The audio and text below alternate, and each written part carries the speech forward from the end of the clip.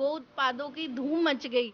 जैसे हम दिए दिवाली पर गोमय दिवाली, गोधन दिवाली, राखियाँ, तो राखियों पे काम किए। अब उससे आगे हम बढ़ गए घर की साज सजावट की जो चीज़ें हैं, बंधनवार है, ड्राइंग रूम में सजाने वाले फ्रेम हैं। लोग दूध, दही, घी, मक्खन की चिंता करते हैं, हम लोग गाय के गोबर पे चिंता करते हैं और उसी पर काम करते हैं। नमस्कार, आप देख रहे हैं दिल्ली क्राइम पेज 24 सच। जो आप जानना चाहते हैं, आपके साथ मैं हूं विष्णु दुबे। इस वक्त हमारे साथ बहुत ही खास मेहमान जुड़ी हुई हैं, मैं उनसे बात करूंगा। मैं इनका परिचय बता दूं आपको। ये हैं गोवंश की all India chairman Monika Arora ji. बहुत बहुत स्वागत है मैम आपका। धन्यवाद आपका। मैम, अपने बारे में हमें बताइए, दिल्ली क्राइम के दर्शकों को बताइए। जी, मेरा परिचय जैसा कि बताया, मेरा नाम मोनिका अरोड़ा है और मैं काऊ प्रोडक्ट एसोसिएशन की चेयरपर्सन हूँ और गोवंश मंथन की मैं को-फाउंडर हूँ। और पूरे देश भर में हम लोग गौ संवर्धन के लिए कार्य करते हैं। गौ संवर्धन और अगर बात करूँ गो उत्पादों की, तो हमने देश भर में अभी तक 100 से ज़्यादा गो उत्पादों के लिए काम किया है। पूरे देश का हम गोबर प्रबंधन देखते हैं। लोग दूध, दही, घी, मक्खन की चिंता करते हैं, हम लोग गाय के गोबर पे चिंता करते हैं और उसी पर काम करते हैं। हमारे ऐसे बहुत सारे आर्टिस्ट हैं, जो बहनें हैं, ऐसे सेल्फ हेल्प ग्रुप हैं और अलग तरीके के, जिसमें बहनें आकर काम करती हैं और गो उत्पाद बनाने में, निर्माण कार्य में जुट जाती हैं। मैम, अगर कोई गाय आसपास कूड़े खा रही हैं, ठीक है, सड़क के किनारे हैं, तो कोई कैसे आप तक पहुंचेगा, कैसे आपको संपर्क करेगा? देखिए, ये अलग अलग स्थिति है गायों की। इसमें इसमें कुछ गायें तो ऐसी हैं जो बेसहारा गोवंश है, जिनकी कोई रखवाली नहीं करता और ना ही उनका अपना कोई घर है। और दूसरी गायों की स्थिति ऐसी है जो दूध देती हैं, दुधारू हैं और कमर्शियल हैं। लोग उनको पालते हैं, दूध निकालते हैं, उनका दोहन करते हैं और उनको छोड़ देते हैं कूड़ा खाने के लिए। वो सारा दिन सुबह जब निकलती हैं कूड़ा खाती हैं और वापस शाम का, क्योंकि दूध का समय होता है, वो अपना कर्तव्य पालन करती हैं, आती हैं, दूध देती हैं और फिर वापस उनको कूड़ा खाने के लिए सड़कों पे छोड़ दिया जाता है। कमी क्या उन शेल्टर वालों के लिए है जो गाय रख रहे हैं और फिर दिन के टाइम पे छोड़ देते हैं? देखिए, ये सच्चाई है कि शहरीकरण में तो जिस जीवन में आप रहते हैं वहाँ पर गाय नहीं रखी जा सकती है। और जो लोग इनको रखते भी हैं वो सही नहीं है इस तरह से गाय को रखना।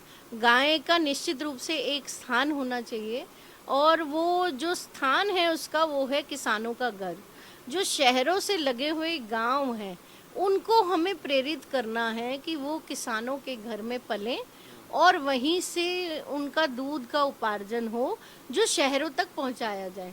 और ऐसे बहुत से शहर मैंने देखा है, गांव दूर दराज से किसान भाई दूध लेकर आते हैं और सुबह बेचकर वापस लौट जाते हैं।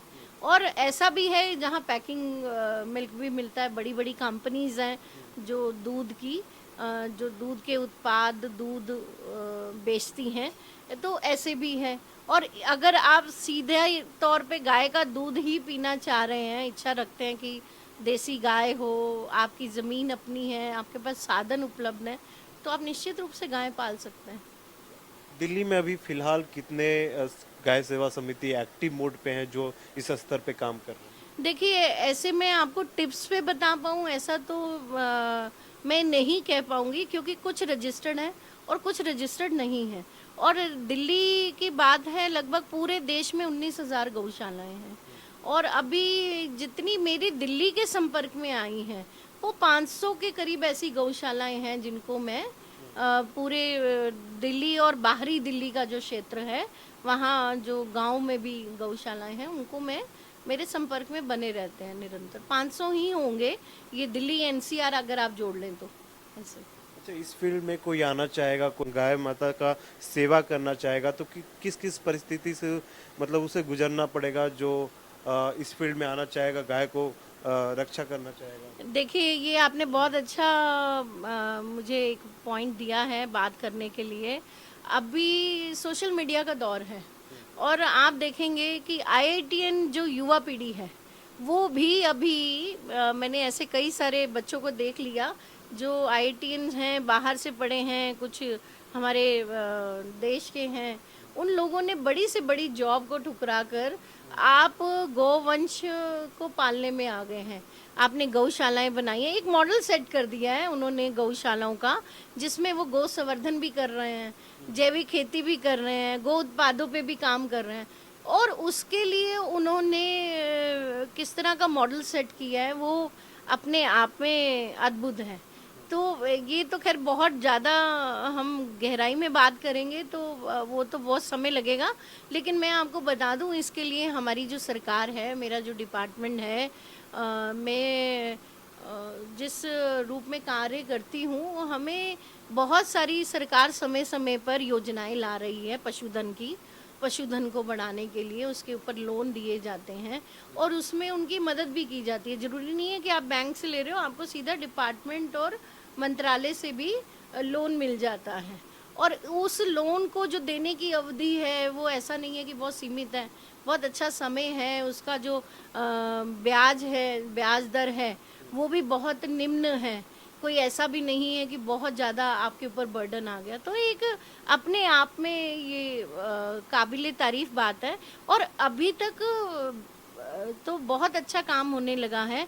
मध्य प्रदेश सरकार की आप वेबसाइट पे जाएंगे तो उनका आप कार्य देखें, जिस प्रकार की वो योजनाएं गोवंश के लिए लेकर आए हैं, डेयरी फार्मिंग के लिए लेकर आए हैं। आप अगर केंद्रीय सरकार की मैं बात करूं तो हमारे जो पशुधन मंत्रालय के हमारे मंत्री हैं पुरुषोत्तम रूपाला जी, उन्होंने बहुत अच्छे अच्छे कार्य इसके ऊपर करे हैं। इवन जो मेरा बोर्ड है जीव जंतु कल्याण बोर्ड, वो भी शेल्टर है, फूडिंग है, डिजास्टर का जो दुविधा आती है हमारे सामने जब, तो ये उन्होंने प्रकृति संरक्षण के लिए ऐसे बहुत कार्य किए हैं। बाकी बहुत सीमित नहीं है गोवंश को पालना। इसके लिए सरकारों ने अलग अलग डिपार्टमेंट में अलग अलग प्रावधान दिए हैं, जहाँ जिसमें गाय आती है और उस गाय के कारण से हम लोग व्यापारिक दृष्टि से भी एक गो आधारित अर्थव्यवस्था पर काम कर सकते हैं। काउ प्रोडक्ट एसोसिएशन के भी हेड हैं आप। किस तरीके का प्रोडक्ट जो है सो लाया जा रहा है मार्केट में और किस तरीके से बढ़ावा दिया जा रहा है इसको? देखिए, गाय हमारी माता है और गाय के लिए मन में एक श्रद्धा का भाव है, हम सेवा करते हैं, वो सब तो ठीक है। लेकिन जहाँ बात आती है गाय को पालने की, रखने की और उसका दूध बिके, गोबर भी बिके, तो उसके लिए काउ प्रोडक्ट एसोसिएशन आगे आया। काउ प्रोडक्ट एसोसिएशन में, क्योंकि ये एक एसोसिएशन है और ये सबको जोड़ता है, एक बड़ा अम्ब्रेला जिसमें गो उत्पादों को लेकर आगे बढ़ा जाए, तो उसमें डेयरी प्रोडक्ट्स भी हैं हमारे बहुत अच्छे हमारे साथ डेयरी कंपनीज और ये डेयरी फार्म जुड़े हुए हैं जो इस पर बहुत अच्छा कार्य कर रहे हैं। और उन्होंने अपनी प्रामाणिकता साबित करी है कि उन्होंने इस क्षेत्र में आके अपने आप को आगे बढ़ाया है ऐसा करके। दूसरा, अगर आप इसमें बात करें, काउ प्रोडक्ट एसोसिएशन ने आज से शायद अगर हम मैं ज़्यादा नहीं 6-7 साल पहले पीछे जाऊं तो अब तक भी हमें चैलेंजेस आ रहे थे लोगों को बताने में। और बाद में जब गो उत्पादों की धूम मच गई, जैसे हम दिए दिवाली पर गोमय दिवाली, गोधन दिवाली, गणेशोत्सव पे गणेशा की मूर्तियाँ, और इस तरह से अलग अलग जैसे मूर्तियों के अलावा राखियाँ, तो राखियों पे काम किए। अब उससे आगे हम बढ़ गए घर की साज सजावट की जो चीज़ें हैं, बंधनवार है, ड्राइंग रूम में सजाने वाले फ्रेम हैं। और भी मैं आपको एक चीज़ बताऊं कि हम बहुत सारे सामाजिक और सरकारी दूसरे कार्यक्रम करते हैं, तो भेंट स्वरूप कुछ ना कुछ उनको देते ही हैं। तो अभी हमारे जो मोमेंटो रहते हैं वो भी गाय के गोबर से बन गए हैं, तो वो भी एक विधा है बनाने की, जिसमें हमारे देश भर के बहुत अच्छे अच्छे कारीगर हैं जो अपनी कला से उसको सजाते हैं, भव्यता देते हैं और देखने में वो इतने आकर्षक लगते हैं कि आप निश्चित ही उनको लेना चाहेंगे। कुछ हाउस होल्ड आप अपने घर में दिखा सकते हो जो काउ प्रोडक्शन से ही बना हुआ है, लाइक आपने अभी बताया कि वो ये फ्लावर आप पॉट अगर बना थोड़ा हुआ सा है। क्लोज कर दें वहाँ पे तो वो देखेंगे ये गाय का गोबर से बना हुआ पॉट है, फ्लावर पॉट। तो इस ये गमले की जो ये गमला ही है एक्चुअली, मैंने इसको फ्लावर वाज बना दिया है। तो ये इसकी जो आयु है ये 2 से 3 साल है। और जैसे ही 2 से 3 वर्ष पूरे होंगे ये अपने आप में खाद बन जाएगा, तो वो भी एक आपके काम में ही आएगा। तो इसमें वेस्ट कुछ भी नहीं है। राखी है, आपने राखी पहनी है हाथ में, तो एक वो सात्विकता तो आपको देगी ही देगी। आपकी घड़ी है, फोन है, उसके रेडिएशन को भी जो गाय का गोबर है वो तो एक कम तरीके करता से है। इन्वायरमेंट इको फ्रेंडली पे ज़्यादा जोर है। हाँ हाँ बिल्कुल, आपने ये बिल्कुल सही बात कही। और गो उत्पादों में केवल यही नहीं है, अभी तो हम एक और स्तर आगे बढ़ चुके हैं जिसमें हम गाय के गोबर से ज्वेलरी बना रहे हैं। और ज्वेलरी भी जिसमें ब्राइडल सेट भी हैं, महिलाओं के रोज़मर्रा के पहनने वाले आभूषण छोटे बड़े हर तरीके के वो भी हैं। और जो हमारे घरों में विवाह उत्सव रहता है या कुछ इस तरह के उत्सव होते हैं जहाँ पे महिलाएं श्रृंगार करती हैं, तो आपने देखा होगा कि बाजार में बड़ी कलरफुल ज्वेलरी मिलती है, लाइट वेट की, वो प्लास्टिक की रहती है ज़्यादातर। तो अभी हमारे ही ग्रुप के अंदर एक परिवार की जो 2 बिटियां हैं, उन्होंने इच्छा जताई कि हमें भी ये गाय के गोबर से बनी हुई ज्वेलरी दीजिए।